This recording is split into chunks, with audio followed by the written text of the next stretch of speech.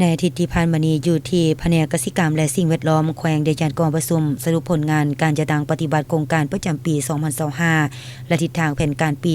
2026 ของโครงการภูมิทัศน์และชีวิตการเป็นอยู่ในสาธารณรัฐประชาธิปไตยประชาชนลาวคันแขวงบุรีคำไซโดยเป็นเกียรติเข้าร่วมเป็นประธานของท่านโพคำจันทสุขหัวหน้าแผนกกสิกรรมและสิ่งแวดล้อมแขวงมีคณะรับผิดชอบโครงการมีพนักงานองค์การกสิกรรมและสิ่งแวดล้อม7ตัวเมืองและภาคส่วนที่เกี่ยวข้องเข้าร่วมรับฟังกองประชุมยังได้รับฟังการผ่านบริงานการจัดตั้งปฏิบัติเวียกงานโครงการภูมิทัศน์และชีวิตการเป็นอยู่ในสาธารณรัฐประชาธิปไตยประชาชนลาวประจำปี 2025 และทิศทางแผนการปี 2026 ว่าจะถูกจัดตั้งปฏิบัติเป็นเวลา 6 ปี 2021-2027 กวมเอา 5 เขตภูมิทัศน์ป่าไม้ที่ประกอบมีป่าสงวนป่าผลิตและป่าป้องกัน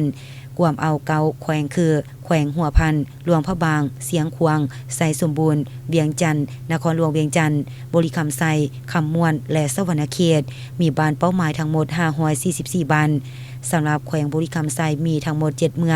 องปากสัน2บ้านปากกระดิ่ง3บ้านคำเกิด11บ้านเวียงทอง18บ้านไสจำพร17บ้านบริคัน8บ้านท่าพระบาท8บ้านพื้นที่โครงการได้แบ่งออกเป็น5เขตภูมิทัศน์คือเขตภูมิทัศน์น้ำแอดผู้เลยกวมเอา3แขวงหัวพันเสียงขวางและหลวงพระบาง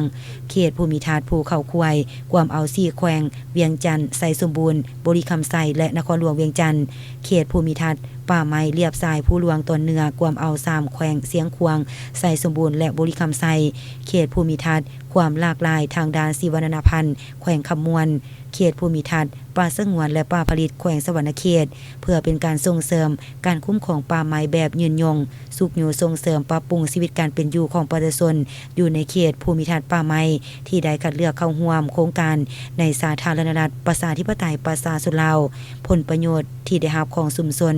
ได้รับทุนพัฒนาบ้านจำนวน 10,000 ดอลลาร์ในนั้น8,000 ดอลลาร์เป็นทุนพัฒนาบ้าน 2,000 ดอลลาร์เป็นทุนช่วยเหลือครอบครัวทุกข์ยาก10ครอบครัวละ200 ดอลลาร์จำนวนบ้านที่จะได้รับโครงการ50บ้านใน9แขวง6โครงการย่อยต่อแขวงโครงการย่อยมีมูลค่า 20,000-60,000 ดอลลาร์จากนั้นผู้เข้าร่วมกองประชุมก็ได้ประกอบคำเห็นใส่บริงานการจัดตั้งปฏิบัติเวียกงานในระยะผ่านมาของโครงการ LLL ภายในเมืองของตน